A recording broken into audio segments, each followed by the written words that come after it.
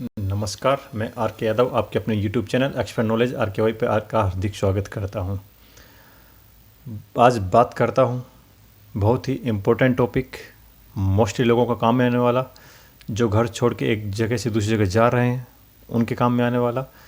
बात करता हूं, आपने जैसे थंबनेल देख लिया होगा कि हम बाइक की पार्सल कैसे करते हैं। ट्रेन में बाइक को एक जगह से दूसरी जगह में कैसे भेजते हैं, क्या इसकी प्रोसेस है। हमें यहाँ से मान लो कहीं दिल्ली से जोधपुर भेजना है या फिर दिल्ली से जैसलमेर भेजना है, कहीं भी मान लो, तो कैसे भेजते हैं, या भविष्य में अपना भेजने का विचार हो तो आप सही वीडियो पर आए हैं। इसकी क्या प्रोसेस है, कौन कौन से डॉक्यूमेंट लगेंगे, बाइक को डिस्पैच रिसीव कैसे करना है, कितने रुपए लगते हैं, यहाँ से भेजूँ वहाँ कोई और रिसीव कर सकता है या नहीं कर सकता, यदि कर सकता है तो उसकी क्या प्रोसेस है, क्या बाइक को ट्रेन में मुझे चढ़ाना पड़ेगा, ये रेलवे कर्मचारी खुद चढ़ाएंगे, कितना समय लगेगा, सबका जवाब इस वीडियो में मिलेगा, बशर्ते वीडियो को लास्ट तक देखें। यदि चैनल पर पहली बार आए हैं और चैनल को सब्सक्राइब अभी तक नहीं किया है तो ऐसी ही नॉलेज वीडियो के लिए चैनल को सब्सक्राइब ज़रूर करके मेरा मोटिवेशन बढ़ाइए, वीडियो को लाइक करिए और ज़रूरतमंद को शेयर करिए। बात करते हैं मुद्दे की। दो भागों में बात करूंगा। पहला भाग रहेगा प्रोसेस का क्या होता है, और दूसरा भाग पार्सल भेजने के वक्त, मतलब ट्रेन के द्वारा बाइक भेजते वक्त हमें किन किन चीज़ों का ध्यान रखना चाहिए, इंपॉर्टेंट बातें बताऊंगा, तो वीडियो लास्ट तक जरूर देखिएगा। सबसे पहले मैं प्रोसेस की बात करता हूँ। सबसे पहले बाइक को पार्सल ऑफिस में ले जाना होगा। अब पार्सल ऑफिस कहाँ मिलेगा? आपका नियरेस्ट स्टेशन बड़ा स्टेशन होना चाहिए, मतलब कोई छोटा स्टेशन नहीं होना चाहिए। छोटे स्टेशन पे पार्सल ऑफिस आपका नहीं मिलेगा, इसलिए पार्सल को बुक करने से पहले, बाइक को बुक करने से पहले एक दफ़ा इंक्वायरी कर लीजिएगा कि इस स्टेशन पे, जिस स्टेशन पे आप जाना चाहते हैं, इस पे पार्सल ऑफिस है या नहीं है। पार्सल ऑफिस जहाँ पे हो वहाँ आपको बाइक को लेके जाना होगा। सेकेंड बात, आपको वहाँ पार्सल की, अपनी बाइक की बोले तो बाइक का पार्सल मतलब जो भी है, बाइक की आपकी पैकिंग करानी होगी। अब पैकिंग आप दो तरीके से कर सकते हैं। पैकिंग वहाँ होगी जहाँ रेलवे को लगेगा कि यहाँ स्क्रैच हो सकती है, बाद में आप अपना क्लेम कर सकते हैं, इसलिए उसकी पैकिंग करवाते हैं। पैकिंग आप अपने हिसाब से भी कर सकते हैं, 150-200 रुपये आपका खर्चा आ जाएगा। यदि आप प्रोफेशनल जो वहाँ होते हैं, ऑलरेडी होते हैं, प्राइवेट होते हैं, उनसे आप पैकिंग करवाते हैं तो लगभग 400 से 450 रुपये खर्चा आएगा। पर्सनली राय है कि प्रोफेशनल से ही करवाइए तो थोड़ा सा ठीक रहेगा, क्योंकि उनका रोज़ाना का काम है, हम नहीं कर पाएंगे इतना जितना वो कर पाएंगे, तो उनसे ही करवाइए तो ठीक रहेगा। बाकी मर्जी, ऐसा कोई इशू नहीं है, ठीक ठाक हम भी पैक कर लेंगे, कहीं कोई दिक्कत नहीं है। लेकिन हम पैक करेंगे तो 150 से 200 रुपये लग जाएगा, वो 400-450 रुपये लेंगे, कहीं कोई दिक्कत नहीं है। स्क्रैच हो गया तो ज़्यादा दिक्कत हो जाएगी। अब बात करते हैं कि उसमें पेट्रोल नहीं होना चाहिए, मतलब जब हम उसको भेजें, जब हम हैंड ओवर करें रेलवे को, उस समय उसमें पेट्रोल नहीं होना चाहिए। तो आप कोशिश करें या तो बहुत कम पेट्रोल लेके जाएं, थोड़ा बहुत बचेगा तो कहीं कोई इशू नहीं, और यदि अधिक पेट्रोल है तो उसमें बोतल साथ लेके जाएं, आपका बोतल में निकाल के आप अपना वापस ले सकते हैं। मतलब जब बाइक लोड होगी उसमें पेट्रोल नहीं होना चाहिए, तो आप निकाल लें, या रेलवे के जो कर्मचारी है वो अपना निकाल लेंगे, या फिर जो पैकिंग करेगा वो निकाल लेगा, मतलब उसमें पेट्रोल नहीं जाएगा। अब बात करते हैं उसके बाद, जब आपका पैकिंग हो गया तो पार्सल ऑफिस में जाके एक फॉर्म लेना है, जैसा स्क्रीन पे आप देख रहे हैं इस तरह का एक फॉर्म मिलेगा। इसमें आपका नाम, भेजने वाले का नाम, भेजने वाले का एड्रेस, किस स्टेशन पे भेजना है, वहाँ पे कौन रिसीव करेगा, उसका एड्रेस लिखना पड़ेगा, आपकी अनुमानित गाड़ी की अनुमानित कीमत कितनी है फ़िलहाल, ये इंश्योरेंस में देख के आप लिख दीजिएगा। इंश्योरेंस में जो उसकी वैल्यू लगा रखी है वो वैल्यू आप लिख दीजिएगा। ये इसलिए कहीं कोई मिस हैपनिंग हो जाती है तो आपको इसके हिसाब से आपको पैसा मिलेगा, आप क्लेम कर सकेंगे तो इतना पैसा आपको मिलेगा, और इसका चार्ज भी उसी के हिसाब से लगेगा। जैसे मान लो आपकी 50,000 रुपये वैल्यू लगा रखी है इंश्योरेंस कंपनी ने आपकी बाइक की, तो आपका 500 रुपये बेसिक किराया आपका उसमें लगेगा। इसके अलावा 1200-1300 रुपये के आसपास, लगभग 1000 से 1500 रुपये, हर बाइक पे डिपेंड करता है, बाइक का वजन पे डिपेंड करता है, बाइक की वैल्यूशन पे डिपेंड करता है।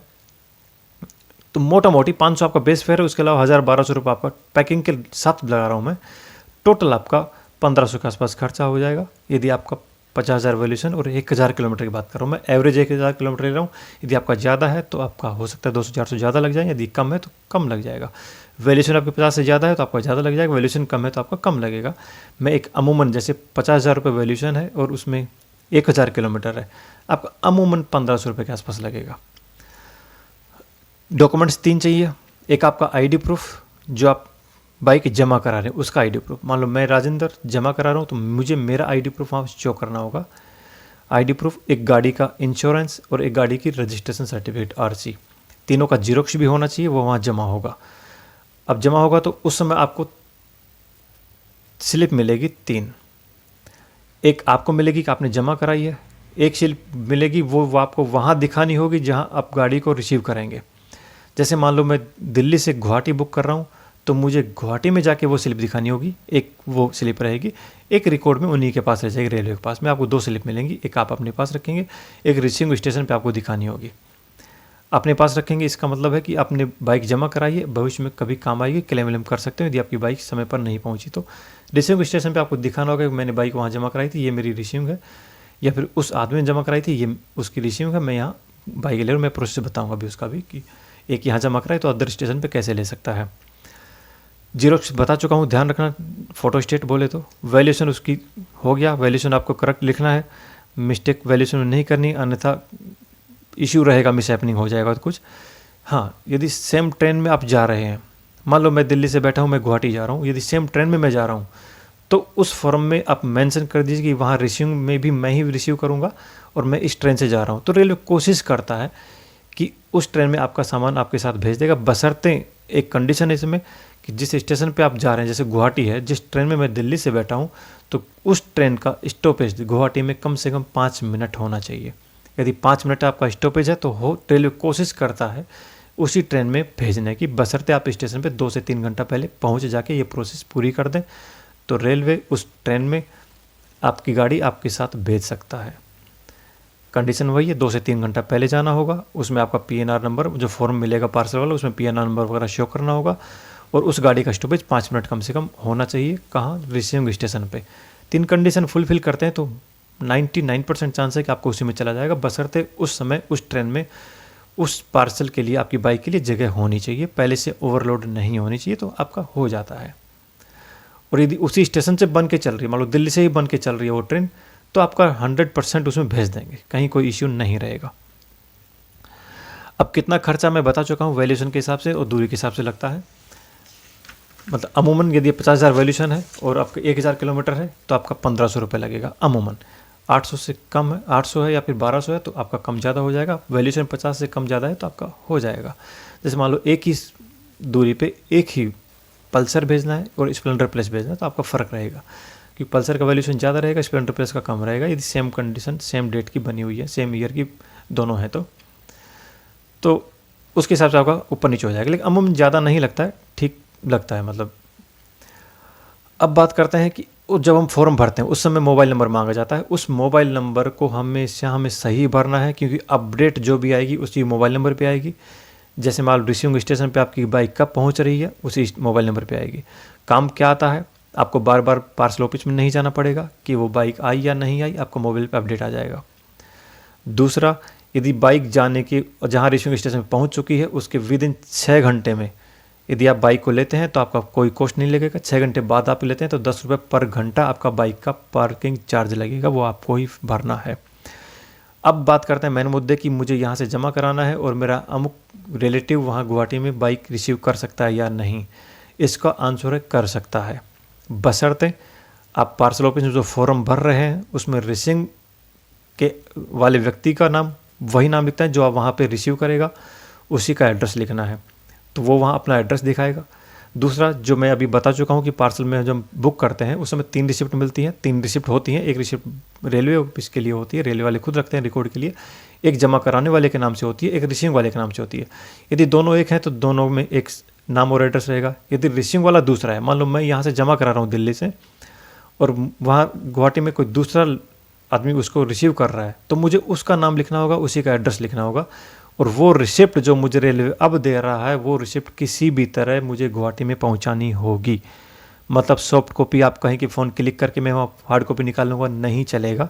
वो सेम ओरिजिनल कॉपी है, वो आपको चाहे बाई डाक भिजवाएं या कोई दूसरा आदमी जाए, कोई भी हो, मतलब आपको वहाँ पे वो रिसीविंग पहुँचानी पड़ेगी, तो वो आदमी उसको रिसीव कर सकता है।